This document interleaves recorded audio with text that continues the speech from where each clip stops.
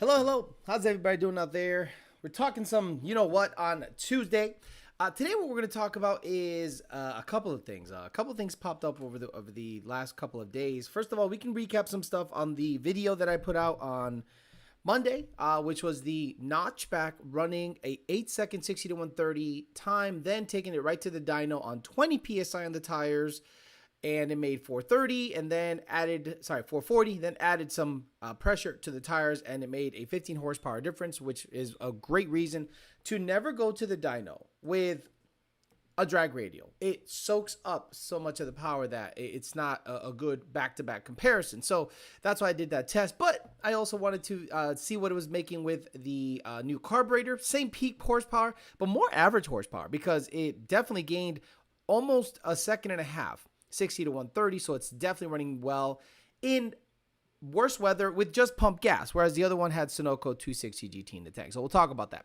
We're also going to talk about Misha's post on Facebook. Misha Carradine or Chaudine or whatever the hell his name is. He's like a Nurburgring race car driver over there in Germany, and he put out a couple of posts suggesting that the Model S Plaid is not running stock suspension so that they can claim that it had, production car. You can't take a car that's highly modified, whether it be roll cage, crazy suspension, brakes. I guess you can make that case, but you can't take a car that has aftermarket suspension and say it's a production car if it really isn't. You can't take a Dodge ACR Viper that was a production car and then modify it heavily, like crazy stuff, to then claim that record. And then we'll talk about Jim Farley. That's right, Jim Farley is back in the news talking some stuff about how the Ford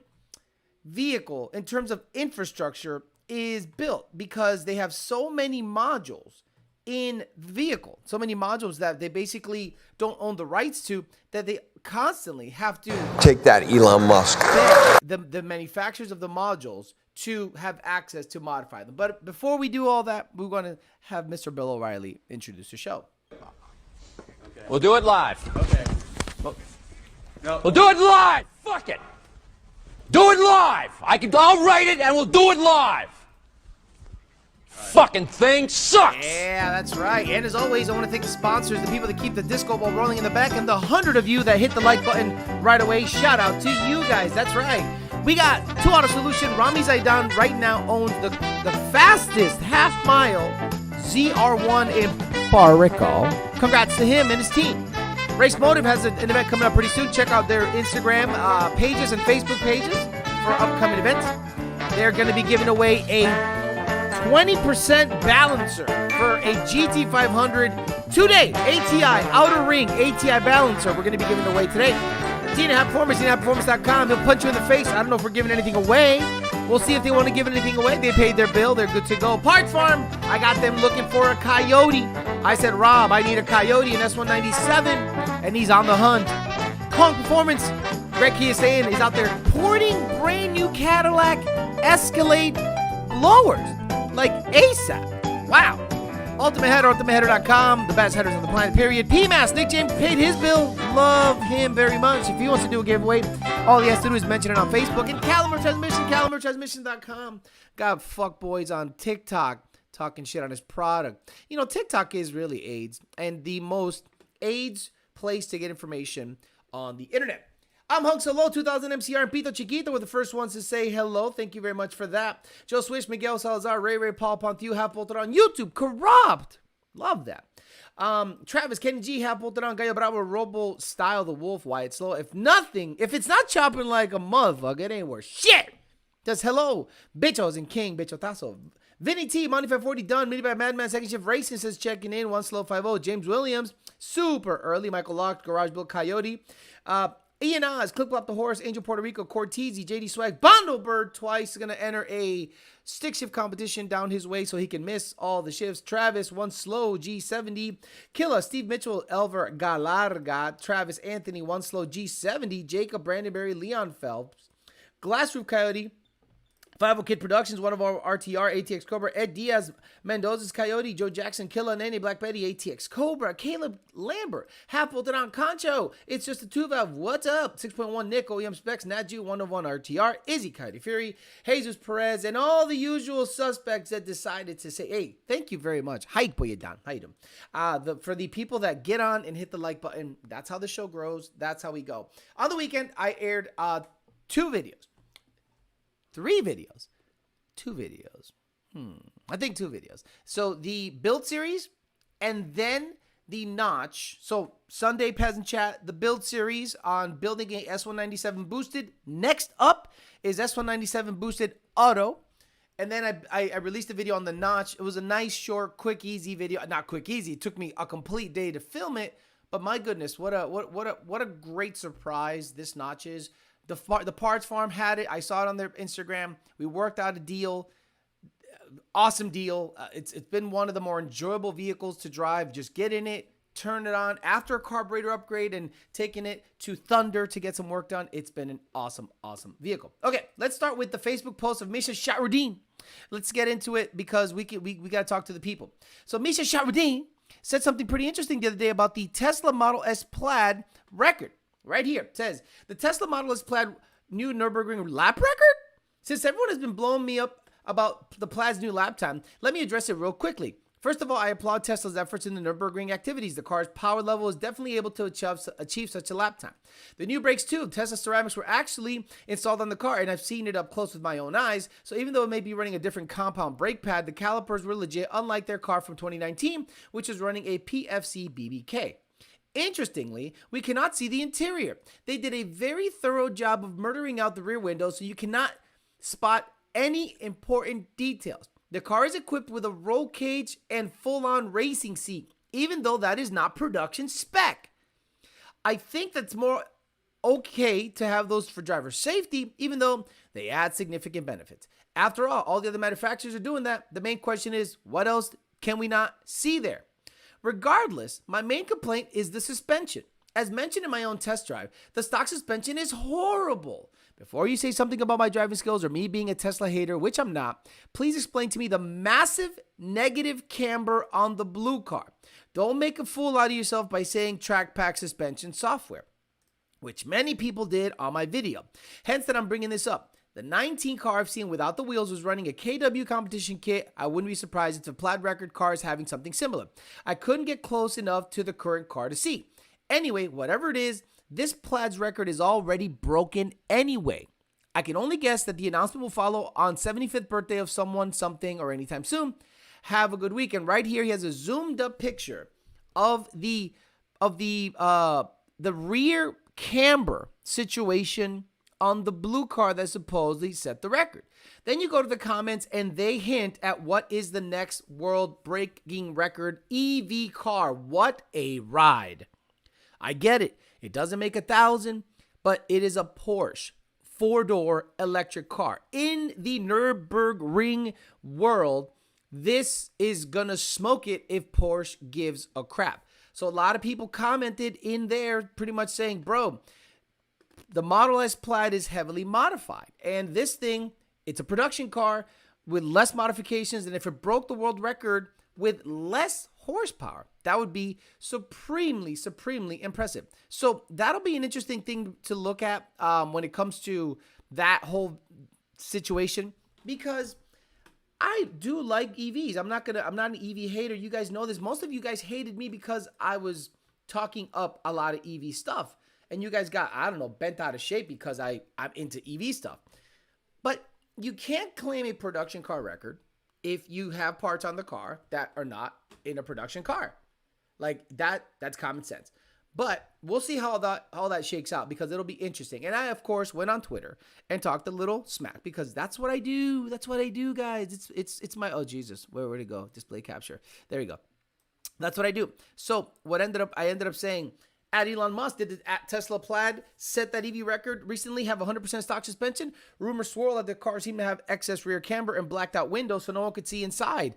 And below is rumored to be the new record holder. Doubt he'll reply, but worth a shot. And there was the zoomed in picture. So we'll see. I don't think I'm going to get anything from him. But what do you guys think about that? Do you think that the Model S Plaid with modified suspension should go down as a production record EV in the Nurburgring? Now, the other thing I want to talk about was this. Jim Farley said something interesting on an interview, and listen closely. This is the biggest issue with all legacy automakers, not just Ford. All legacy automakers have this problem. So he actually makes a bunch of great points here. Just listen up. If I explain to the listeners how crazy our software system is and why it's so difficult for legacy car companies to get software right, I'll do it very quickly. Yeah. So to save probably $500 a vehicle, or let's say 350 quid a vehicle. Yeah. We farmed out all the modules that control the vehicles to our suppliers because we could bid them against each other. So Bosch would do the body control module, someone else would do the seat control module, someone else would do the engine control module. Right. And we'd have about 150 of these modules of semiconductors all through the car. The problem is the software are all written by, 150 different companies, and they don't talk to each other. Right. So even though it says Ford on the front, Yeah. I actually have to go to Bosch to get permission to change their seat control software. Right. So Wow. even if I had a high-speed modem in the vehicle and I had the ability to write their software, it's actually their IP. And I have 150, we call it the loose confederation of software providers, 150 completely different software programming languages. All the structure of the software is different. It's millions of code, and we can't even understand it all. So, that's why at Ford, we've decided in the second generation product to completely insource the electrical architecture. That's a very good idea. I'm going to applaud you, Mr. Farley. I'm going to applaud that effort. So basically what he's saying, there's parts on the car that they have no control over. And the one that comes to mind is which one? The Tremec TCM. The 2020 and up GT500 do not have any TCM access. And a lot of people out there swear to God that they're going to be the ones that crack it. They're going to be the ones that this and this and that. And if Tremec does not give you some sort of access to their IP meaning intellectual property, because we have IP, like Lund Racing has intellectual property that was licensed to Lund Racing only. And if anyone is to use it, that would be illegal. So same thing with Bosch and Tremec and all those other people. You can crack into it, but then if you do crack into it, you run the risk of having the IP, cease and desist come in at your door. So Ford has that issue with all these vehicles that they're constantly chasing, and they have no control because they want to save $500 a vehicle by farming out the cost of having modules made. And then once the COVID came through and the semiconductor shortage happened, now you saw why a lot of these Fords just sat in lots in Bowling Green and other lots waiting for that stuff to come down the pipe. So Ford doesn't really have currently, or any legacy automaker, doesn't really have 100% control of that. So I appreciate, yes, FLKA for life. That is the first thing he's taken responsibility for, and I applaud you. Mr. Farley, I applaud you. And, I disagree with a lot of things he's doing. I disagree with almost everything he's doing. But when he says something that makes me go, you know what, damn it, you're right. You're right on the money. I appreciate that. You got to commend the guy for doing that. But then I go on, this all happened today. Then I go on Instagram and I go on their Instagram page, and they got this campaign where they got some out the trunk. They got this out the trunk thing going on. Let me see what's going on here. Pop from Out the Trunk, honoring the legendary pioneers of a global phenomenon. Ford is celebrating 50 years of hip-hop from Out the Trunk, honoring the legendary pioneers of a global phenomenon. The hustle of hip-hop legends inspire us all to drive forward towards our dreams. We are celebrating its 50th anniversary during Black Music Month from Out the Trunk, guided by at DJ Envy. Stay tuned as we explore how hip-hop evolves the world around it. What? I mean, look, I'm a hip-hop guy. I'm cool with it. But this sounds like some weird, I don't know. You're reaching a little bit. And then I saw that fake Farley dropped a freestyle. Listen up. This guy has sick bars. I can't fuck with none of y'all niggas. Y'all disgust me when you with your maggot ass friends. Don't discuss me FN with extended clip. I hope them try to rush me. I hear them saying such and such. A nigga ain't gonna touch me, big body Benz. Remember I used to be dusty. Now I want my money. All hundreds in a rush, please. I was selling weed when they came out with white tea. Now I put a whole half a ticket on my white tea. Whoa. Unreal. I mean, they're taking this Black Music Month thing super serious. Like, the bars he was dropping on that, and he wasn't even mincing words. He was getting right after it. Because when you've been given the kiss by the people, you go all in. I can't fuck with none of y'all niggas. Y'all disgust me when you with your maggot ass friends. Don't discuss me FN with extended clip. I hope them try to rush me. I hear them saying such and such. A nigga ain't gonna touch me, big body Benz. Remember I used to be dusty. Now I want my money. All hundreds in a rush, please. I was selling weed when they came out with white tea. Now I put a whole half a ticket on my white tee. Whole hood popping. Other niggas, they don't like. Oh, wow. Well, you know what? Shout out to Farley, fake Farley, getting after it. Just using the whole, I mean, the cadence, the beats. I mean, Farley's multi-talented. Not only, I think fake Farley is taking a turn because he's getting after it. He's taking responsibility for the shortcomings of Ford, and then he's dropping freestyles and bars on people who doubt his commitment to Black Music Month. Boy, you gotta love Mr. Farley. And finally, to wrap up the beginning of the show, we did have an actual talk with Mr. Fake Shelby. Mr. Fake Shelby dropped by real quick and wanted to say a couple of things. So, Mr. Fake Shelby, what would you like to say? The real reason I stopped driving at Le Mans is because I constantly shit my pants while racing. It had nothing to do with my heart or my vision. Oh, so wait, Mr. Shelby, you stopped racing not because of your vision and your heart, it's because you shit your pants? I'd rather drive a GLH Omni than a Shelby F-150. Oh no, you just hurt every Mexican's heart. That's crazy. When I see my name on a F-150, I roll over in my goddamn grave so hard. Wow, what else you got to say, Mr. Fake Shelby? I'm blown away when I see my name on a 14 GT500. I've been dead. Oh, love it. Okay, so thank you very much. I appreciate that very much. You know, you came by and said hello. I like the that real very much. reason I stopped driving at Le Mans is because I constantly shit my pants while racing. It had nothing to do with my heart or my vision. Wow. You gotta love Fake. You gotta love Fake Carol Shelby stopping by and saying some kind words. So what do you guys think? Do you care if you care that Farley dropped bars? Do you care that Shelby stopped racing because he shit his pants? And do you care that the Model S Plaid put in aftermarket suspension, potentially other stuff to achieve the lap time that it achieved? We'll talk about it. We'll get after it and say hi to the people out there. As always, we're going to be giving away an ATI Super Dampener. Oh, wait. This right here. This is what we're going to be giving away. Where is the showcase? Where's the showcase? Here it is. All right. Yeah. Oh, what a show. Shit. Oh.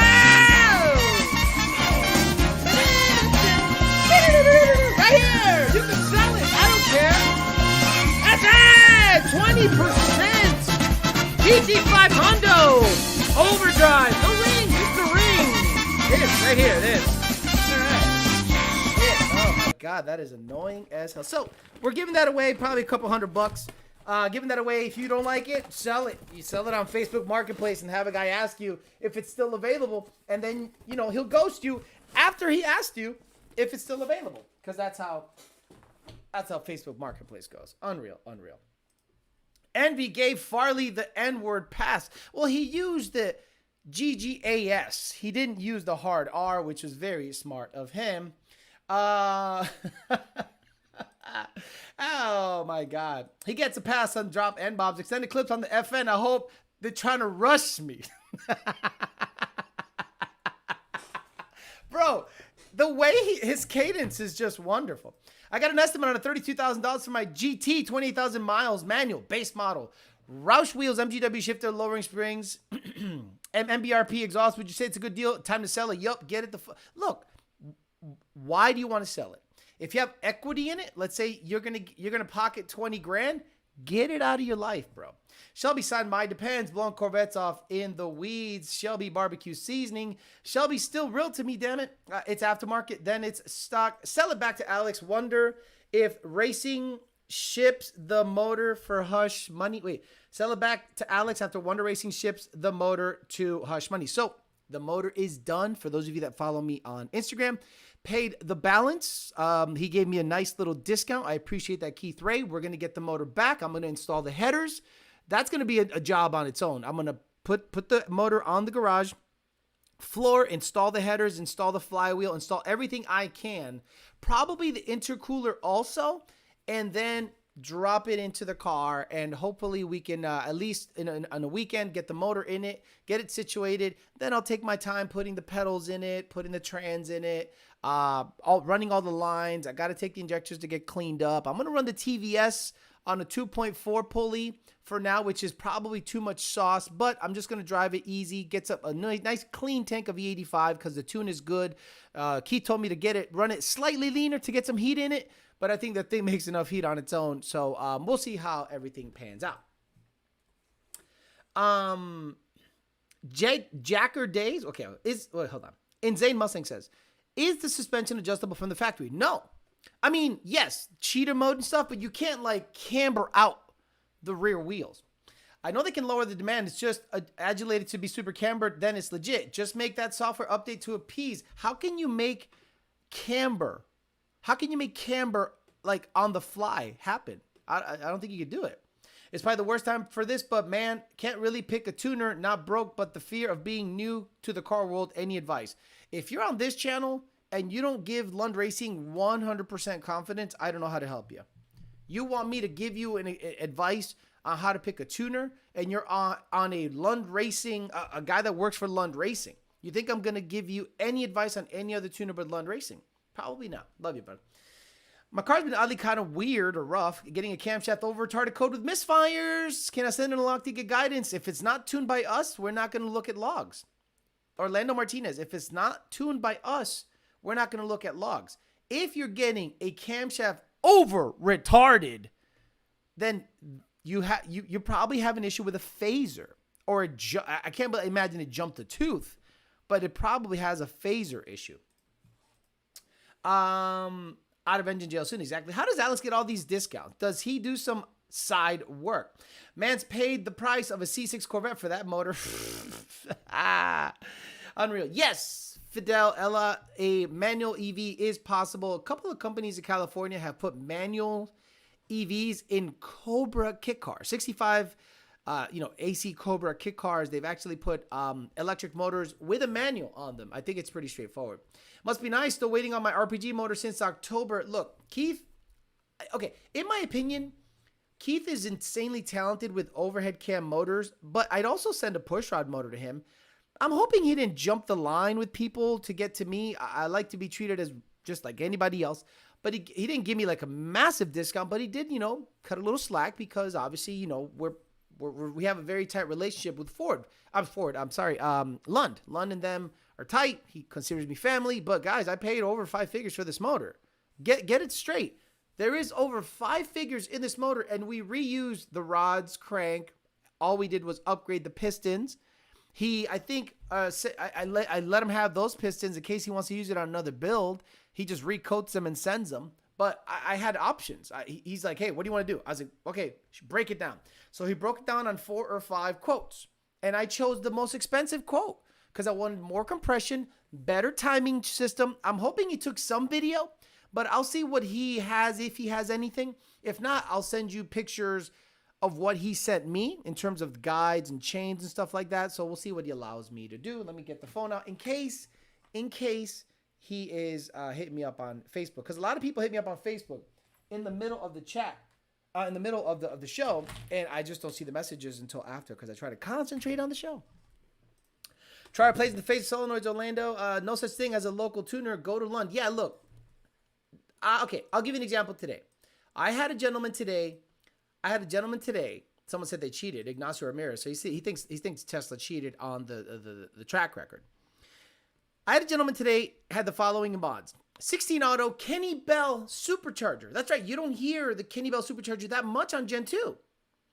So Kenny Bell 168 throttle body, Kenny Bell 5-inch cold air intake, booster pump, FIC 1000Hs. I don't do many of those at all. I sent him our vetted file. We have one. Immediately was rich 30%. I said, let's do some vetting. Talked to him. I said, this O2 signal is messing me up. Do you happen to have O2 spacers on the vehicle? Lo and behold, he gets under it and there's an O2 spacer. And you know what? Right then and there, I think he saw that I wasn't just another tuner, just another run-of-the-mill, Facebook, whatever. He was like, this guy from a O2 signal asked if there is something interrupting the airflow in the O2 sensor. Got underneath, sent me a picture. He goes, how'd you know? I said, I've looked at enough O2 signals to make me wonder if it's a bad O2 or you have a spacer. Took the spacer out, bam, fueling came back, but not within spec. 3 tunes later, he is going watt, 11 PSI, running great, and he goes, my last tuner screwed me. I said, what happened? I want to know the story. Can you please give me the story? And he says, local guy, he said that I had plenty of injector, but the throttle body felt like it was a huge dead spot, and then all of a sudden it would take off. And then it just wouldn't run right. Especially being an auto, you need to have your throttle body mapped correctly. And he goes, what was the difference between your tune and his? I go, I don't know how he tunes because I don't see his configuration. But we have vetted stuff, TPS slopes, IAT stuff, throttle body area, and the inverse calculated torque and torque tables that all make sense for this particular application. 3 tunes. So he's probably spent over $1,000 with his other guy, then $1,000 with us, and realized, oh my God, I spent money on a tuner that had never tuned this combination before. How can you go to a local tuner to tune something that he doesn't own or has tuned hundreds of? And that's what I tell people when it comes to the Coyote platform. I would never take my LS9 to, I guess we could say, like, let's say an Audi tuner. Let's say I'm in the Audi world or the BMW world. And then I get an LS9 and I mod it. Do you think I'm going to take my LS-based vehicle to an Audi tuner? No, because he's not familiar with the platform. Yes, he might have knowledge and some theories, but even me with all of my Coyote knowledge and carburetor knowledge needed a lot of tunes to figure out certain things that people were not necessarily helping me out with. And come to find out, fuel pressure was just 90% of the tip-in issues I was having. Maybe these LS guys will go, no, it's not that, it's not that, it's not that. Well, why is it that when I raised fuel pressure at a commanded KPA, things were fine? Call me crazy. Everything is good now. So I think if you're going to choose a tuner, don't just go by the local guy, go by the best. And the best Coyote tuners, period, is Lund Racing. I'm sorry, it's just proven over and over and over and over. 5 figures, 1,000. 5 figures is like $10,000. Alex, have you seen the Koenigsegg transmission that is manual but also can be auto? Yes, very badass stuff. I'm not gonna talk about it here because that's $1 million tech, and we're barely into, like, guys that watch this show barely make $50,000. Alex, my car's turning over like Mr. Shelby in his grave. Do you think the crank relearn will fix it? Is there a recommended mileage to upgrade the timing components? Guys change on a Gen 2 Coyote? I say anything over 100. Like over 100,000 miles, depending on the miles. Look, if you beat that car like it owes you money, I would do it like at 80,000 miles. Man, that Foxbody is quick. I dig it. I love the Foxbody. The Foxbody is so badass. I love everything. Lowering the car can change camber, correct. But that car doesn't look lowered. You understand? Like, that car doesn't look super lowered. And why would they murder out the windows? According to Misha, Misha lives at the Nurburgring. He literally is there all the time. If you go to his YouTube channel, all he does is just drive that ring nonstop with different cars. That's his YouTube channel. He literally looks at a car, goes to the Nurburgring, someone brings him a car, he beats the snots out of it. He's driven ACR Vipers, he's driven manual and auto GT Mustangs, 2020 GT500s. He's done it all. So he knows the ring really well. So when he sees this Model S Plaid and he's immediately suspicious of it, I think that's a good one. DNA, do you want to give anything away today? Just ask it in case people want something more than just the ring, because Race Motive provided the last product I'm giving away from them, which is the ATI Super Damper. And I can give away ESS stuff for just shirts and stuff like that from going forward. Why the hell would they put spacers on the upstream O2 sensors? Well, let's talk about that, Cody McGill. So let's say you theoretically install free flow and exhaust. Now the exhaust is flowing so freely that it's causing an inefficiency code, because let's say you can't tune that. So their theory was, well, if I make a bigger differential between the front O2 and the rear O2, then it would not trip a code, which it did not trip a code. But nothing to do with me. My codes are active in the tune. But let's just say the spacers were in the wrong O2, right? If in theory you want a differential, totally legal to do so. In a free-flowing exhaust, you would want those spacers at the back if you wanted to achieve that particular differential. Do you know what I'm saying? Period. I don't believe in local tuners in the 956. Only their business cars and trucks get the sauce to run right. London's the only right answer. Alex, how bad is the hot start with the FIC 1440s looking to buy injectors, potentially pulley down 95mm pulley on my ESS? It's pretty prevalent. Look, okay, I don't know if FIC's data is doing this or the injector design. So, my white car, and I love FIC. They actually sponsor me or did sponsor me, or I don't know. I run FIC 1440s in my Corvette, and hot restarts are great in the Corvette.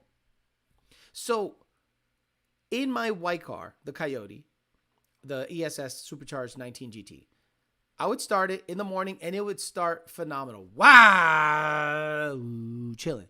Once I drove it a bit, stop, turn it on, I go, chicka, woo, and I'm like, huh. So I hammered on the tune for months to no avail.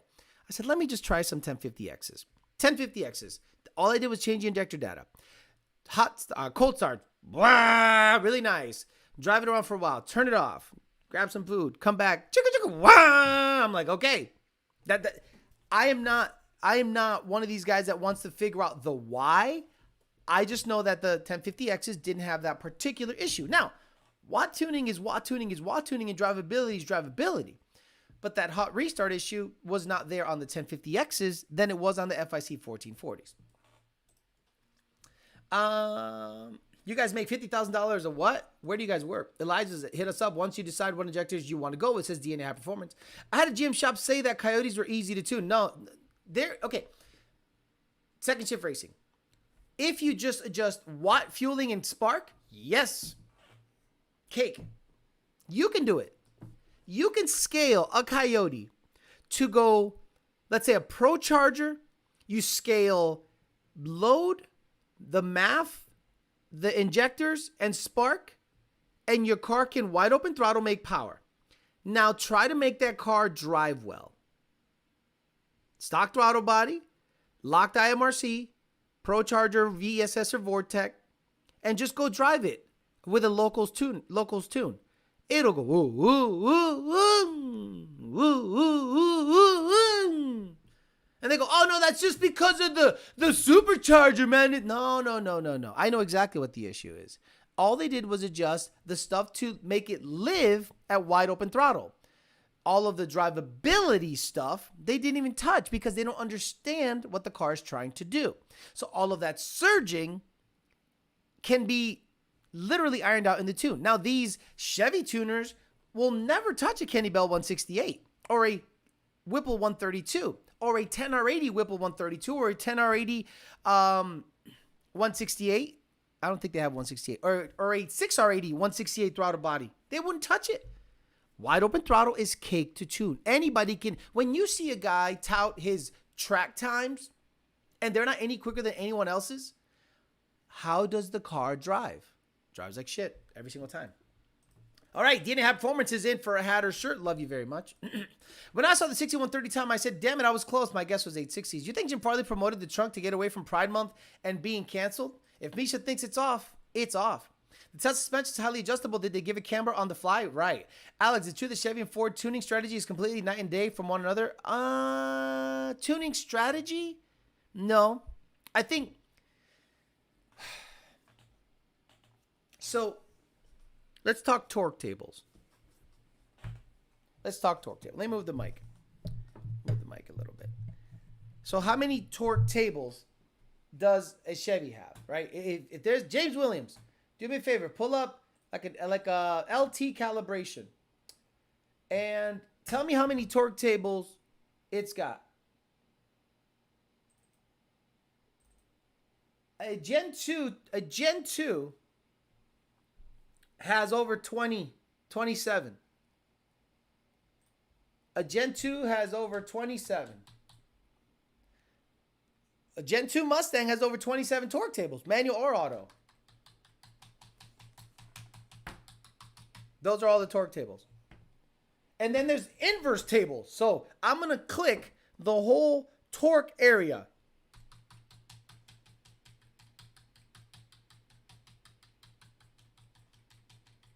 I'm not done. There. That's just the torque calculation area. Then there's spark tables. Then there's cam timing. Then there's distance tables. Like, it's totally different because of the VCT. I don't know how intense. Like, the LS9 has, like, a 32nd of the amount of tables that a Coyote does. Marquis says, thanks. Currently 58,000 miles. I can use the ATI damper for my 13 GT500 that Tony D. Hopefully you can win it if you answer the right question. Is a tune alone on a 21 GT500 running 93 an S improvement or need a pulley and intake too? I think a tune alone will help, but of course, a pulley and intake would definitely help the situation. Now, understand this, guys. We put out a video a long time ago that Junior did about tuning stock cars. If you have a pump gas 19 GT manual, stock cold air, stock intake, a tune is not going to gain you much power. It'll gain you performance. But a lot of you guys are out there mad that a Lund tune didn't add 15 horsepower when you're using pump gas. I'm like, well, what do you expect out of just a tune? What do you think a tune does? For the people that think that it should add 15 to 20 horsepower on pump gas. Like, if the car's already seeing 27 degrees of timing on the stock tune, what the hell do you think a tune's going to add in terms of peak power? Not much. I'm not going to shove timing down its throat on pump gas so it can knock its ass off. No, that's crazy talk. So on a boosted application, you can get a little more aggressive, but only when you start modding the car. Then you can start making that big difference because the tuning has to account for the modifications. But if you're one of the pump gas assholes out there, NA, stock cold air, don't expect the car to make any more horsepower. It will perform better. A lot of the nannies are shut off. A lot of the torque reduction is removed. A lot of the aggressive spark strategy when it comes to the adaptive octane logic is switched. But the peak power will not be affected all that much with your minimal mods. It's crazy to me that people complain on the ticket system that their car, after buying a $350 RTD credits, a shop dyno, and this and this and that, didn't make any more horsepower. And I'm like, well, what did you expect on a pump gas car with a stock CAI? Nito Diaz says, I'm about to unbox my ESS tuning kit after show. Got 1050S injectors, booster pump, and lockouts. Alex, would you recommend a 170 or 160 thermostat? 170. 160 is a little aggressive in my opinion. Did anyone ever know why the GM 10-speed has a spark cut, but the Ford one never did? No, not really. I mean, the spark cut on Chevys is very apparent.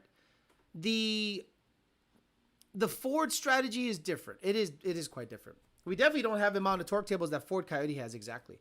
Bondo's leaving. Where's Bondo going? Bondo says, "Got to run later, Amory. See you later, brother." Carter's TV says, I'm sorry, Javi says to Carter's, "Mine did that with the PBD tune. Lund was gone and can be fixed in the tune. My Watt tune is perfect, but drivability is trash," says Bondo Bird. "I want a Pride Month shifter. Looking now. It's easy to cook a piece of chicken when it's edible. Another thing to entirely turn into a gourmet dish, aka make a car drive properly." Chris Romero. That's exactly it. All Motors Yield 1 says, "Alex, how come Gen 3s can't dial in drivability using the DI injectors? Sort of these street car race cars driving on 93, racing on alcohol with different set of injectors?"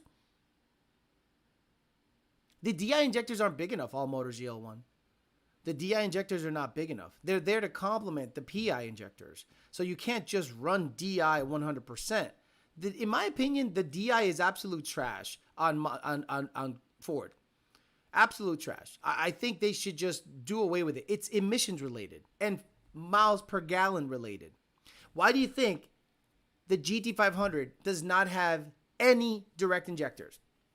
It carries a gas guzzler tax and it's powerful as hell. Thing's beeping. So if you think there is a power benefit to DI, why didn't the GT500 have it? Why doesn't any of their race cars have it? Why doesn't any of their crate motors that are race oriented come with DI? The only DI equipped motors are the stock Gen 3 junk on GTs and F-150s. Hypothetically, Foxbody John says, "Let's say you like the Carb. Would you do a Holly Sniper or something like that?" Oh yeah, for sure. But what do you mean Holly Sniper? Like on what? What are you talking about? Think of tuning a car like tuning an instrument. You might have the instrument in tune, but it won't make you play any better. My stock 13 on the E85 tune is noticeably better. Okay, you modded it because you put E85 in it. So now you have excellent octane, slight cooling benefits, and we can shove timing in early without worrying about it. And the torque comes in like at 4,000 RPMs. The torque comes in nicely. My honest opinion on Formula One racing cars and drivers. I learned about bash fire and sequential fire, tuning on engines master is pretty cool stuff. He got a bomb under the desk. Right. It's actually a foot massager. Oh my God, it's the best thing ever. GM does Sparka to simulate dual clutch for refinement. Proof people still think more gas equals more power. Right. I had a customer, MU52 injector. So that is a pump gas injector. Okay. Pump gas or E85 NA, but he was boosted. He had a Whipple supercharger, has a Whipple supercharger, MU52. But his fuel system was wonky, so he decided to run a full return style fuel system. Now I said, well, you can either lock it at 58 PSI and not worry about it, or you can boost reference it. He decided to boost reference it. Cool. So now he's like, well, can we go E85? I go, no, it's an MU52. He goes, but I added more fuel. I have more fuel pumps. So why can't I just make more power? I said, all you did was supply the injector what it needs. You're not supplying the engine what it needs to make more power on E85. The MU52 is stuck. So people say, well, can't we turn it up on an MU52? Now you've reached a octane limitation. Can you make more power with Sunoco 260 GT? Yes. Can you make more power with C16? Yes. But not with regular pump gas. You are out of octane. 93 octane is your limitation. 10 to 11 PSI and a high compression motor. That's it. It's over. It's done. Eric Roundtree says, sell my 120,000 mile bolt-on GT for 17 or just rebuild it when I go boost. I mean, at that point, if it's got that many miles and it's paid off, I would just build it. It's already yours, paid off. It lived a good life. You know it well. Build it. That's why I went with the ESS as per Alex for drivability and watt fun. Yes, it's a lot of fun.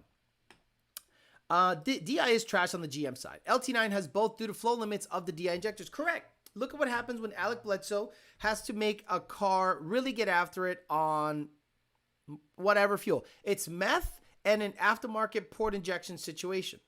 Like Mr. Williams, I know there's like a popular kit. Like if I get a LT-based CTS-V3, like a 19, which I want. They're awesome. I want it to run 990, but that's going to require what? Aftermarket injectors because of the amount of boost that I'm using, right? meth up the ass. It's going to require a lot of fueling needs if I'm not mistaken, and especially if I want to run the 85, okay? I want to run the 85 because the 85 is everywhere around me. So I want to live on the 85. So that requires more fueling bullshit. And on Mustangs, it doesn't require much because it relies heavily on the port injection. Like, there were people that were betting on the fact that the DI was going to take off on the Mustang. Companies that were like hedging their bets on DI being a thing on the Mustang. And it was a dud. Nobody pursued the DI game. One, it's way expensive, like ridiculously expensive. So expensive, it's not even worth it. You want me to buy a DI pump? You want me to buy this? You want me to buy that? And it's going to cost how much when I could just buy bigger injectors and a fuel system and make 1,000? Boy, stop it. You said on the video of the coupe, the timing was at 30 degrees. Was that right? Yes, 31 degrees on the coupe on pump gas. It probably 10-to-1 compression, 10-to-5, 10-to-1, something like that. But I got Racetrack 93. I didn't hear any detonation. I didn't hear any marbling on the motor. It sounded really clean.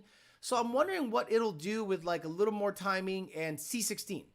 That's probably a good test to make, but C16 is really expensive. Okay. Your ankle monitor is beeping, Alex.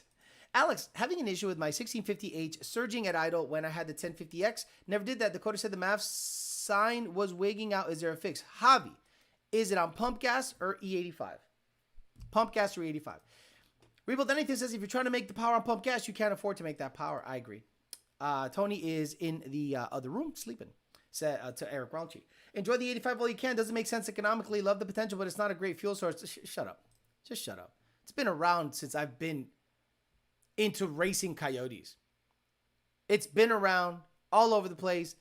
If at 1,000 you can go to the pump and get 80% ethanol and not have an issue. I like how people go, it's not economically viable. Then I'll get race ethanol. I don't rely on pump ethanol for my race stuff. Stop it. Just got 85 for 2.59. After beating it for 60,000 miles, do you think boosting a 630 wheel on my 1910 R80 GT? Do you think boosting to 630 wheel on my 19 GT? I don't even know if that's a question. Like, the question isn't even, like, typed properly. I wish we could delete the DI. I know my 6th gen had plenty of issues with the DI only system. That or an upgraded DI so we could use the DI for normal driving and big port injection for power. What? You're basically talking about a Mustang. Sounds like marbles for a second on startup. Symptom of something. What? No. My car doesn't sound like marbles on startup. I don't know what you're talking about. E85 95 millimeter pulley. It's literally on pump gas. I get what you're saying. But the DI stuff, I remember there were people that were trying to make it a thing in the infancy of DI, which was 2018. And immediately no one gave a shit. Just because of the price. Like, I remember when I worked at VMP, they were trying to do like 87 octane, DI, blah, blah, blah, blah. No, it went nowhere. It went absolutely nowhere. And I'm glad it went nowhere. Alex, random question. But does the ethanol 93 gas affect the notch because of the carb? I've heard ethanol can cause issues on carbs. Older carbs. Newer carbs take ethanol into account. Newer fuels are E10. 10% or 15 or even 20% ethanol, E20. So all this new stuff takes it into account. I'm not worried about running E10, E30, E20 on my pump gas small block Ford. Is it worth to get MS1092 for 2-way pulley and intake on the 2021 GT500? So a lot of the GT500 guys use like butane or octanium, and with really great results. The problem is your spark plugs. Your spark plugs are going to become brown really quickly. So yeah, it's probably a good idea to get a specific race gas tune. Let's say you're going to go racing and you have the ability to switch your pulley out pretty quickly. Sure, pulley down, race gas, and get after it. But have mostly that gasoline or race gas in your tank when you're running the race gas tune. I've seen too many times where people get a race gas tune and they mix it. Now you have half a tank of 93, half a tank of MS109, and you're running an MS109 tune. And I'm like, that's probably not the way to do it. You're going to want 100% MS109 in there. There's nothing economical about horsepower. Talking about my truck. My Lund Racing 85 290 GT is still running good after a year. Thank you, loyal customer. Thank you. Ben Fun for you. Or Ben Fun for you. Skyman. Would you boost a 60,000 mile Gen 3 to 630 wheel? Yes, not a problem. Easily, not a problem. How much boost can a Gen 5 handle? Gen 5 what? What's he talking about? I appreciate the answer. I'm just learning about carbs. I find it interesting. Carburetors, guys, once you understand them, you will love the simplicity. You will love the simplicity. When I get in my notch, did you guys hear how it started cold? Did you hear how it started cold? I'm going to play the video. 2 pumps of the carburetor, and it started no problem, and I walked away from it, and bada bing, bada boom, no issue. Once you understand how carburetors work, and again, I am lucky. I am in a warm weather state, so I don't have to worry about any of the choke issues, any of the cold start issues. I'm in a warm weather state, so I know what the deal is. But when you hear how, and when you understand how simple it is to mess with a carbureted car, I'm going to be honest with you. In terms of racing, I don't think you'll ever go back. No O2 sensor issue. No MAF issue. The only thing that can go wrong in this car is something mechanical. So, fuel pump, not pumping. Floats, overflowing. But if you have spark, properly tuned carburetor, and proper fuel, there is nothing to go wrong. It will just run. So when I got in this car and did my thing, it just starts. It's just wonderful. It just starts. Let me get in there. 2 pumps, and it just starts. Look at my right foot. 1, 2. Put my foot on it a little bit, keep it running. Then just walk away and let it choppity chop.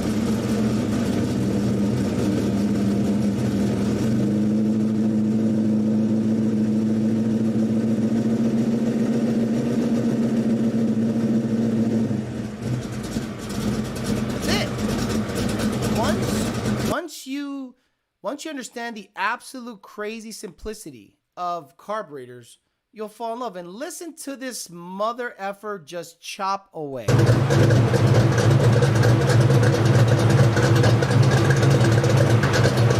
That was after beating on it 60 to 130, driving it 30 minutes down to power by the hour in 89-degree weather, getting on the dyno.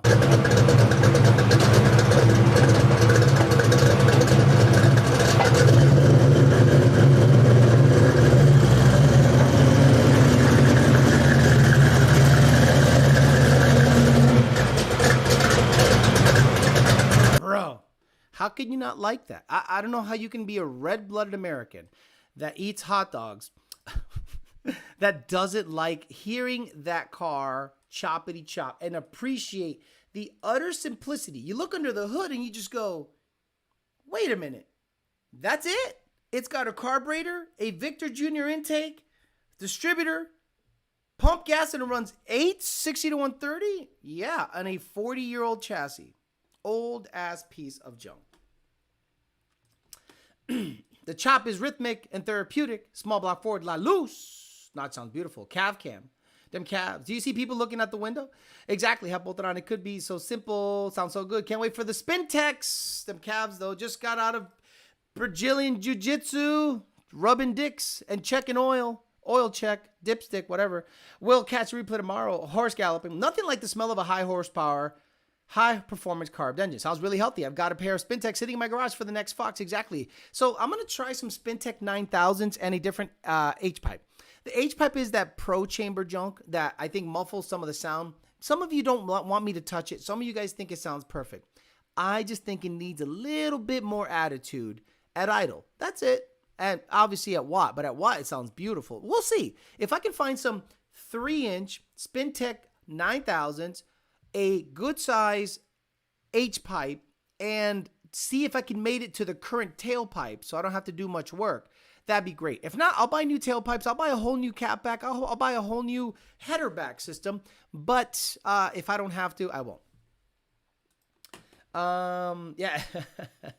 Just want to say thank you for the headers once again. GT500 sounds so good with 13, 14 stock mufflers. Just need to find a shift lever for the C56. That's not super big and gay. Get the MGW. That's the one to get, to be honest with you. With a T56 specifically, that's the one to get because I think that's the only one that is made for it. Love the Gen 1 build guide videos. Thank you so much for making them. 6R80 is up next. And again, it's all about making one long video so that there is no takes. It's all off the top of the dome. Donnie's car is going to be referenced a lot because that car taught me so much. That car literally went 10s, 9s, and almost 8s in the same configuration. So I can absolutely guide you in a boosted application regardless of the blower. But we can also delve into turbo stuff because the Gen 1 Mustang has become just a turbo-loving son of a bitch. Like that car. You got people like Chambly. You got people like Murillo. You got people like from the MSR camp that all they do is run turbo Gen 1s on stock computers. And Edwin Martinez. Edwin Martinez is a perfect example of what is capable in a Gen 1 chassis with fluid twin turbo kit. So I'll cover that. TVS, Whipple. I'll cover 10s, 9s, 8s. I think you guys will enjoy it very much.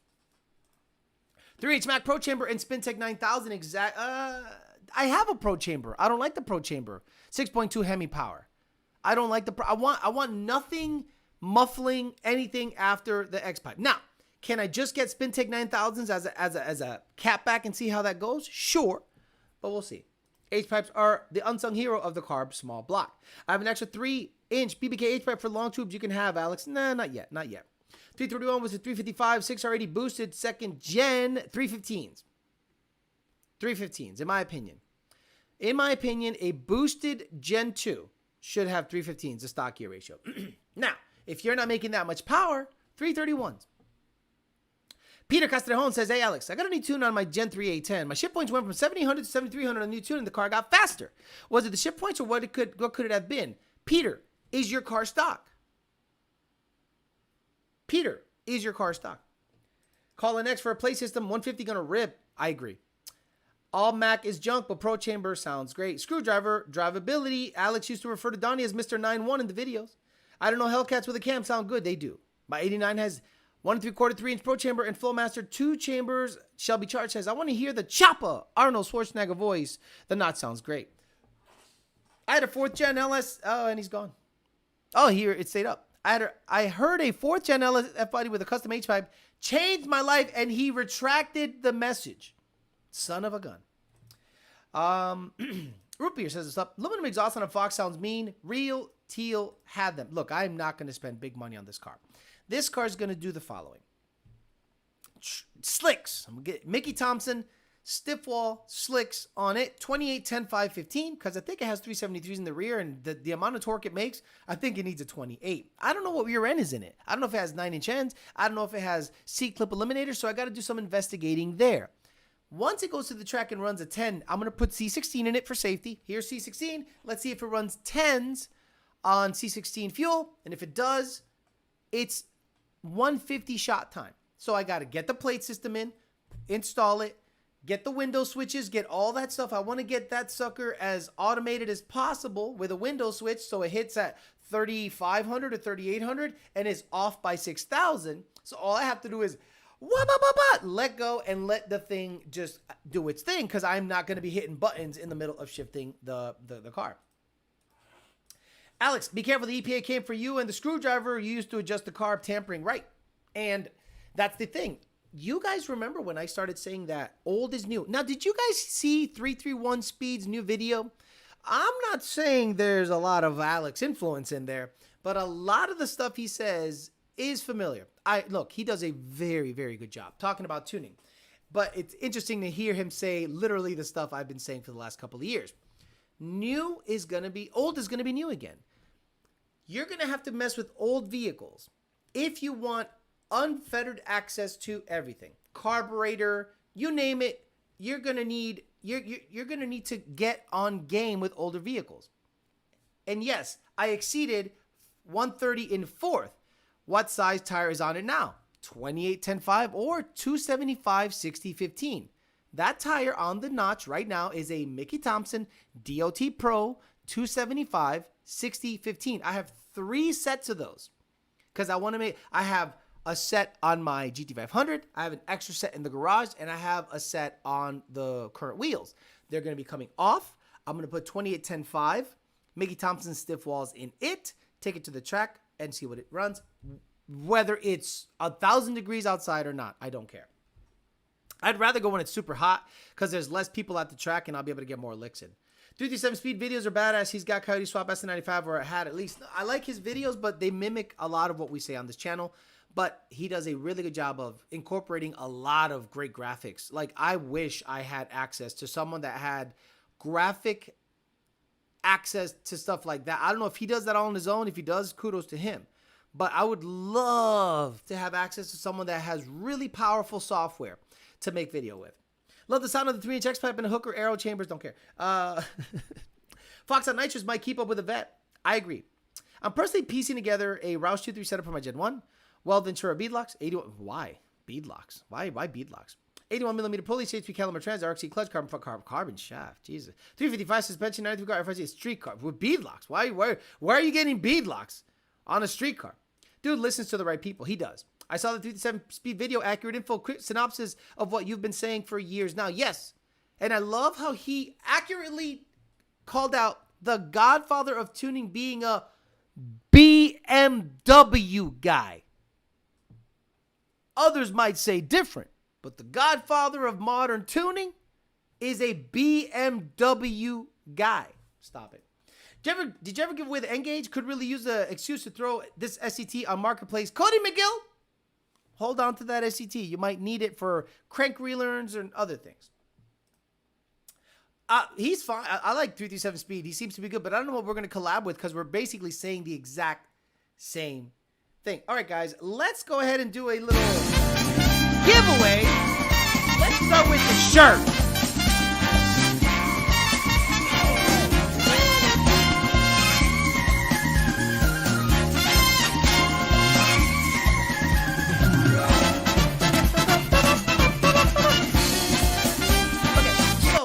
We're gonna do trivia stuff. I'm gonna look it up real quick to have a backup.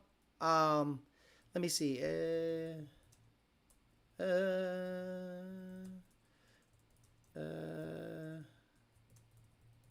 So I'm gonna do some 80s trivia.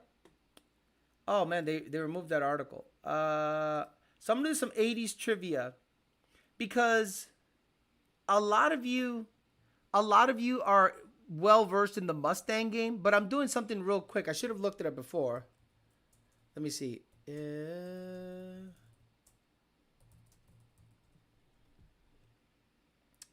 I'm looking for a certain spec, but they're not showing it here.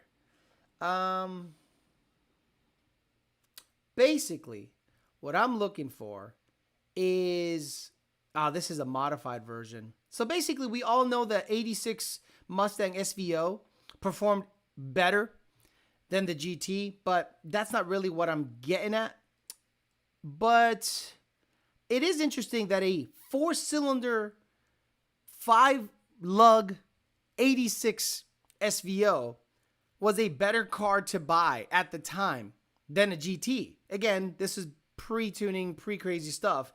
And I think a lot of these guys are left over. I kind of feel bad that the SVO didn't really get anything super robust. A lot of it's been a resurgent car.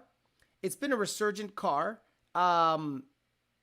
in the last couple of years with the advent of the EcoBoost stuff. But let's just do it this way. And again, this is probably not super factually correct, but what was not by far, but in the 80s, there were a lot of fast cars out there, a lot of fast production cars in the 80s. No TDC. What I'm going to do on TDC, guys, I'm going to redo that. I'm going to do live. I'm not going to do live videos anymore because it's just not going anywhere with the live stuff. I'm going to do standalone videos with TDC going forward. So take a break from that and I'll do live videos like regular channels do. But anyway, back on this. In the 80s, a lot of cars performed pretty well. But if you were to go to a dealership, right? And not a dealership, let's say if you wanted to buy the quickest 1980s vehicle, which one would you buy? And it's not really a trivia question, but what is the quickest 80s vehicle in terms of muscle car that came out? That's not really a trivia question, but if you know, you know. What if you were to buy a Mustang? I'm not going to say the car, but there was Mustang. There was a bunch of different vehicles out there. But oh, look at that. You guys are so good. Leon Phelps, my God. Good for you. I love it. A lot of you guys got it right. So did Insane Mustang, but Leon Phelps was first. The Buick GN was the quick. Look at you guys. My God. So Leon Phelps won, but Insane, Eliza's, Walter, everyone, look at that. Boy, I love you guys. I love you guys. You guys are on the money. The Cyclone was a 90s car. The Cyclone was 90s. So the GNX, the Grand Nationals, but Leon Phelps, that's the way to do it. We're going to get you a DNA High Performance shirt or hat. DNA High Performance shirt or hat. So Leon, you're a member, Leon Phelps. Hit me up. Hit me up. ydbtforlife@gmail.com. Let me know what you want. A hat or a shirt. Hat are going to be small, medium, or large, extra large, or a shirt. So tell me what size shirt you want from DNA High Performance. You win because, yes, in the 80s, if you wanted the fastest vehicles, if you were to time travel back in time and you wanted to get the fastest, quickest vehicle, it was the Buick Grand National. I know it was way too easy, but a lot of you guys are young, and a lot of you young guys are like, what the hell's a Grand National? Like, what the hell is a Grand National? A lot of you guys didn't know, but I love the fact that you guys know a little bit about it. Okay, now, again, guys, this is for a GT500. You might need a special,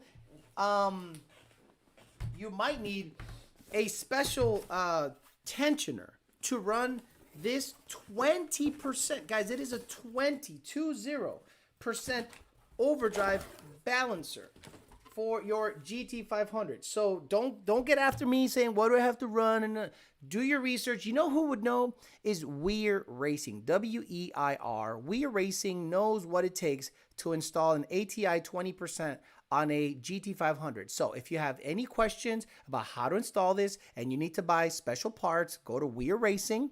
He either can source them or he can outline what to do, because he did this a while ago when he started making 1,100 or so horsepower on 13, 14 GT500s by severely overdriving the TVS system. He was going as quick as some big boy Kenny Bell cars while keeping IATs low. He did a really good job, and I think that that's the guy to talk to when it comes to ATI stuff. So what should I ask for ATI Super Damper giveaway trivia? Should we do GT500 trivia? Because I'm not that well versed on GT500. I mean, I know enough as the layman would, in terms of GT500. Some of you guys are absolutely psycho on GT500 stuff, but I'll ask a pretty simple question. And what year in S197s, what was the first year it had an aluminum block? Go. What year GT500 had an aluminum block? First year, go. Aluminum block, GT500. What year the aluminum block 5.4 came out in? You'll win the Super Damper.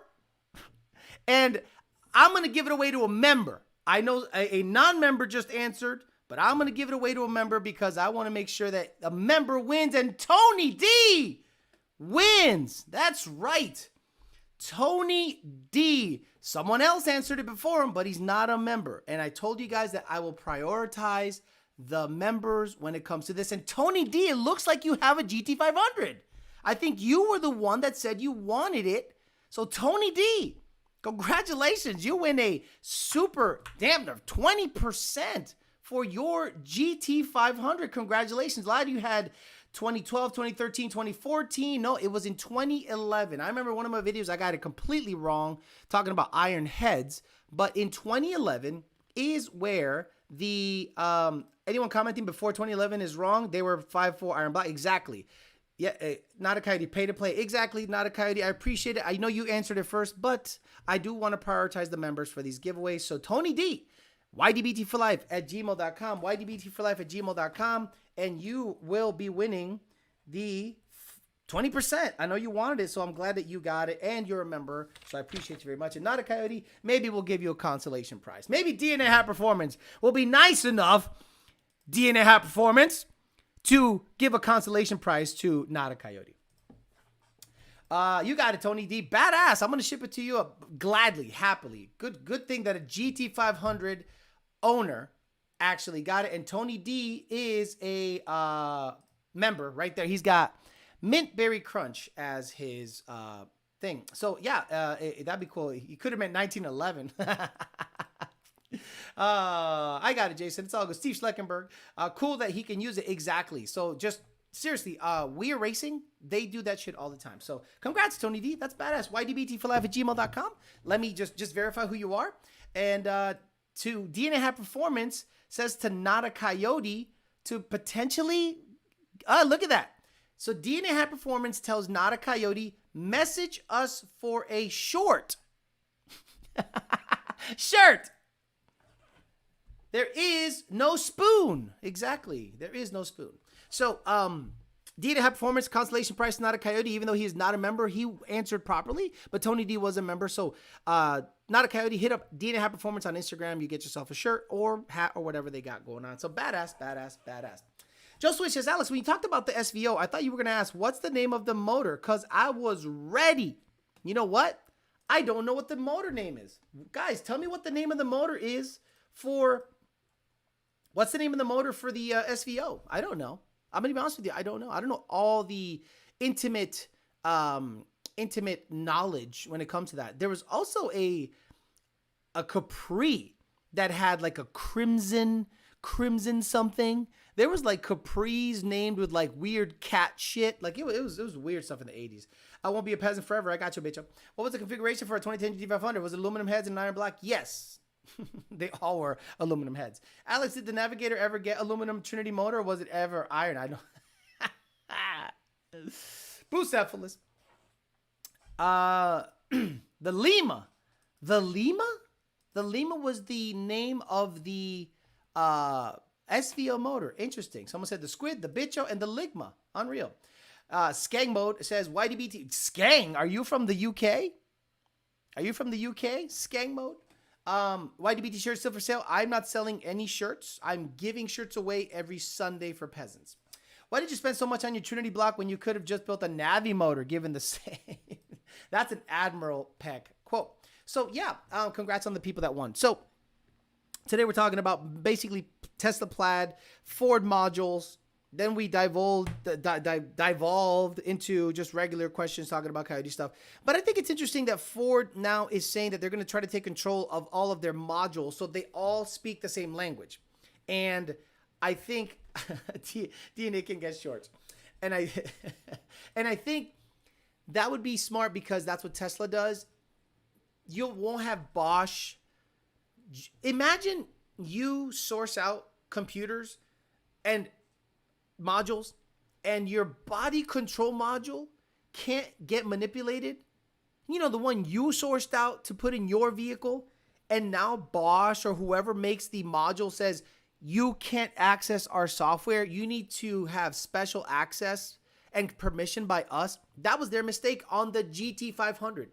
The biggest mistake, in my opinion, Ford ever made with any Mustang ever was installing something so exotic and giving it zero access. You did not even think that tuners were wanting to get into the Tremec. Maybe you guys didn't want to warranty it because it's a $20,000 transmission. I understand that. But that is the biggest faux pas Ford ever made when it comes to their legacy, flagship, iconic, you name it, what do they call it, halo vehicle. It had to have all the access. We were able to access the motor right away. And the TCM, in 2023, we still don't have access to the TCM. That blows my mind. Isn't the Grand National the Green Boomer in the Cars movie? No idea. Joe, pretty sure the 89 Turbo GTA had more production than the 87 GNX. Exactly. It was named after the Ford engine plant in Lima, Ohio. I've been to that plant. Someone said the Ligma. Were the ported Boss 302 do a Gen 3 good NA? Yeah. Just like a ported Gen 3 manifold would do, about 6 horse, which is like the difference in like back-to-back runs. Didn't Ron Diaz run GT500 blocks back in the day? There was a supercharger on the table as a prop for the movie Armageddon. What was the blower? No idea. Washing my truck. Thanks for the entertainment tonight. Says Evan Simon. Shelby Chart says it's only going to get worse with the new Ford. Just hex edit the TCM, right? No, the thing is, no one has access to it. You can't even get in it. Like, you can't. So, obviously, with any tuning software or any tuning device, it's all in binary code, 1s and 0s, and then you have to find what is what where. I don't even think they can get into that yet. I know HP Tuners is trying their ass off, but I'm going to be honest with you. HP Tuners has a lot of things not necessarily right on 21 and up. Like, there is 21 and up calibrations that are lacking in many parameters. And up to 2020, we got all the sauce. And up 21 to 23, we have to rely on whatever commercially available software is available. So that means we are kind of like stuck with what they got because we don't have all the access.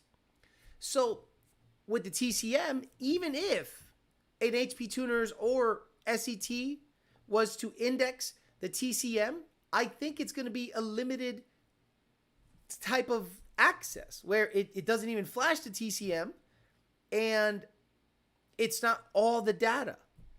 Because look at what happens to 21 and up Mustang. I love you guys. If you have a 21 and up Mustang, I love you. I wouldn't go racing in it. I'm saying hardcore bottom eights, crazy stuff. Can you go 9s with it? Yes. Can you go high 8s with it? Sure. Do you want to risk running 11, 12, 1300 and up horsepower on a car that has limited PCM access? Probably not. The same reason I would never buy a GT500 that did not have access to the TCM. Look, the only way I'd buy a GT500 2020 and up is if it was a rebuild title from the parts farm, right? Let's say the parts farm gets one in, rebuild title. So it's already ruined, right? So I don't care. Stick a stick in it. Stick a manual in it. T56 Magnum XL or TR6060. Bro. Badass. Have you been following any of the Sick Week? Yes. Today, I think Cletus did a very smart thing. So the track prep wasn't that great at the Snitch Week, Summer Snitch Week. So he pedaled the car and ran like a 7-something. I think his closest competitor, which has I think it's in the same class. You can correct me if I'm wrong. Is a white notch with a white convertible ragtop. That's like a 680 car, bro. The car that went like 17s with a 235 drag radial is now on a 275 and running 680s, big block Chevy single turbo. So that guy lost traction, never got back in it. So Cletus did a smart thing. Pedaled his way to a 780 or something. Now his average is up. And that guy ran like a fucking 13. So unless something catastrophic happens, I think Garrett's going to have a leg up on that guy. Unless they're not in the same class. Yeah, self-snitch week. Exactly, self-snitch week. To be honest, they're all good for track and roll racing. Just a cruiser. Blue car going to be back soon. Yes, sir. Ford gets teabagged by the EPA and loves it. I am going to have the engine back probably in a week. I'm going to cut up some space in my garage, move the ZR1 to the right, get the engine in there, get a lot of it built. Like, I want to be able to put the motor in with the motor mounts, intercooler, the whole front drive, everything done. Oil pump, oil system to the side, alternator, everything in it. Not trans though. Trans is going to go in from the bottom and go boop. So that's going to take me a little bit. I'll film as much as I can. Try to keep you updated. Or I could do this. I could just do one long video of the whole process. Meaning, quick time lapse, motor being put together, which will take a day. Then the next day, put it in, time lapse that, and then put that all in one long video. I think that'd be a better payoff for you guys. The notch for it is insane. Exactly. Is Homeboy's PBD GT500 in the junkyard? I can't imagine it's not. That thing looked wrecked. Yes, the motor. Look, I'll show you. I'll show you pictures that Keith sent me, and then we'll wrap it up. We got 10 minutes. So Keith Ray of Wonder Racing, great guy. He's paid up, so he's all paid. So I don't owe him shit. Sent me pictures of the GT500 motor, and man, am I happy. Let me see what's going on here. Boom, boom, boom, boom, boom, boom. Let's start here. Look at that. That's pretty. Good job. Good job. Okay. Brett LaSala's car. I don't know why Brett LaSala's car is there. Okay. So here we go. So we got display capture. Bada bing, bada boom. Sponsors. Turn off the sponsor. So here we go. We got the pistons in. All right. Pistons. GT500. 12-to-1 compression. That's right. Big boy compression. Got pictures of the main bearings. Crank installed. Juiced up bearings. Everything marked. The side bolts for the block's looking good, no problem. Crank installed, side, yeah, looking good. Bam, got the caps on that bit, love it. Pistons slammed into the bores. Look at how pretty he honed them up and cleaned them up nicely. Thank you very much. Look at that, look at that, look at that. Again, what I'm looking to do with this car is make about 1,200, but with low boost. That's the whole thing. That's the whole reason I went high compression. Because I don't want to have to make 30 pounds of boost to make 1,100. So now I can make 1,100 on 21, 22 pounds of boost. And I could probably do it with the TVS. Look at that, sticking up, making that compression. That's right. Got the cams installed, the same cams, the same exact cams. Didn't need any work, so just put the same cams back in there. There we go. Got the whole front drive unit here. We got, what do we got here? Can we zoom in? I don't think I can zoom in. But this looks like, what's the guy's name? Mahovitz stuff here. Got the guides, got the cams, and then we got the motor. Done. Right here it tells me what motor to run during braking, and then what oil to run during braking, and this one, what oil to run forever, which I think is FR50. So yeah, Keith Ray did a really good job. Took 6 months beginning to end, mostly because of the piston delivery time. Nothing to do with him. Once he got all the parts, he was done pretty quickly. Yeah, 12-to-1 chop through MagnaFlow mufflers, stick. I can't wait. I can't wait to hear this motor at 850 RPMs sounding like a war in that garage. Who do you recommend for finding information on weight bias on Mustang S550s? Trying to move some weight around the tight way instead of the sandbags. Carter's TV. You got to go to a chassis shop. A legit chassis shop that knows all about suspension plotting and weight biasing on race cars. You got to go to a legit shop. I don't know where you're located.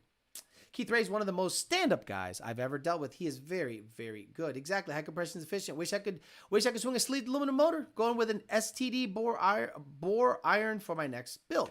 Can't wait to see you banging gears. I like you say, exactly. AccuFab. Thank you. AccuFab stuff. I think the whole Wonder Racing logo, very creative. Stock M5 gapping FBO Gen 3. Probably. Looks beautiful. Damn, that's goals. It's a nice setup. I'm not gonna lie. I feel very lucky when I open the garage. I don't take it for granted that I have a ZR1 that's quick, that looks great, and a 14 GT500 that just looks killer. It's full race, get after it. Got a badass T56, so it'll be interesting. I'm going to wear it in. I'm going to break it in with a spec clutch.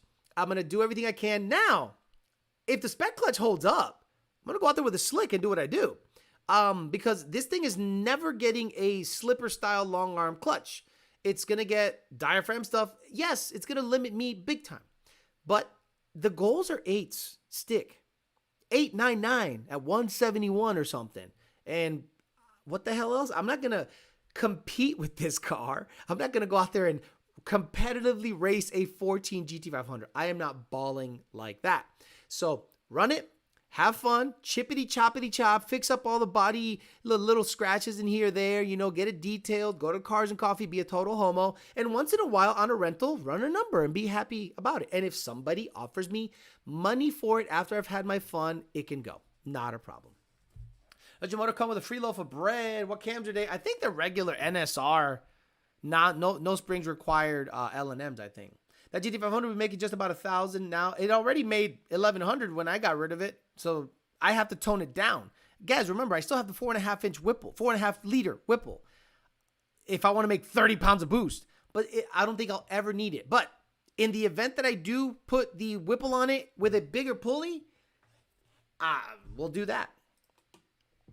Alex wants to wear in everything. Can't wait to hear that motor through the magnet flows. What's the break-in mileage before you can go what? According to Keith, just give it some light load, not a lot of idle time, get the ring seated, and send it. He wasn't all about that crazy decel, heavy decel. So he goes, get some heat in it, drive it, put some load on it, but don't obviously go full boost right away. Once it's broken in nicely, change the oil and get on the dyno.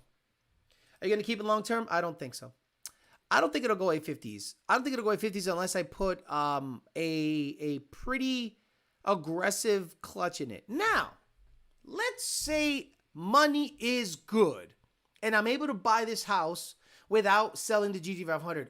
Oh, that changes everything. That changes what I'm going to do with this car. If I can find a house without having to pony up big boy money, because I'm kind of counting on the GT500 as a down payment, but I have the money set aside just in case, but more money down is better. But if the GT500, if I'm able to keep it, I'll keep it. But let's say I keep it and I get into a house. Oh yeah, let's go racing. Again, I'm not going to competitively get after it. I'll probably join a couple of local things here and there, but to go 850s in a stick 3,500 pound car, it'll require a Billy Badass clutch and big money. Unless I can land a sponsorship, I don't think I'm going to be able to do that. 850 stick cars typically sweep stick classes. I agree. MSC 06, a notch correct? Yes. Simple one-wire hookup, solenoid positive sides, full timing when activated, dial on box, 2 degree per 50 horsepower is the norm. Yes. But I got to look into that. Simple one-wire hookup to the solenoid positive side to pull timing when activated. I'll do it manually. I will turn the distributor, mark it with 6 less degrees, so that's 25, and just send it. I am not looking to have a box do all that. I will mechanically shove it at 26 degrees, max timing, and be done with that. What'd you think on having a supercharger without headers? Well, my 11 GT had manifolds and free-flowing exhaust, and it went 10-1 at 139. Stick. What does Valley Racing Guy do to take your car's tuning? Okay. What does Valley Racing Guy do to tune your car versus tuning it on your own by Lund? I think he understands it's convenience, and he understands exactly what needs to happen. Look, jerk mates, you can do it yourself, but if I were you, I'd let Valley do it all. Valley knows exactly what we want logged, and he'll charge you for the time. Big deal. But he knows exactly what we want logged. And if there's a mechanical issue that he put together, he'll fix it. But if you're just taking it to him for tuning, you're basically paying for the convenience of having someone else be able to dial in your car in terms of data logging. House is better than a cool car, as much as I hate to say it. Me too. I get it. Stop. Sell the GT500. Get the Viper. If it's not house pad payment, it's Viper time. Guys, do you know how much a Viper is? Do you know how much a GTC or it's big money. It's over $150,000. Stop it.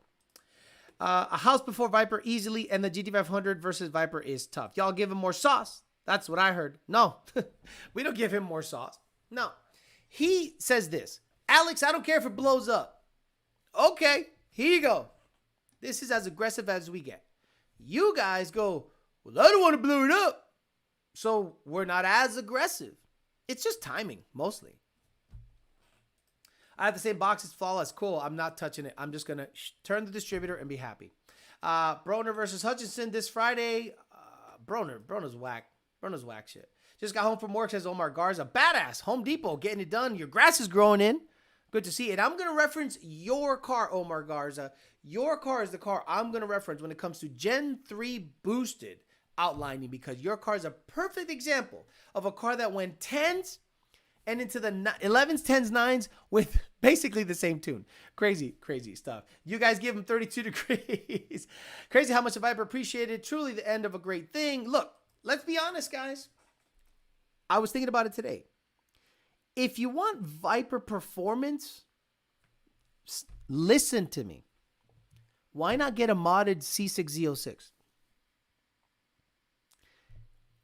A stock Viper. Yes, it's insanely capable, tons of torque, but an NA fully done up Z06 is probably what? $60,000? 600 wheel? And it'll handle well with some suspension mods and this and that. Maybe. Okay, I don't know. I'll have to look into that.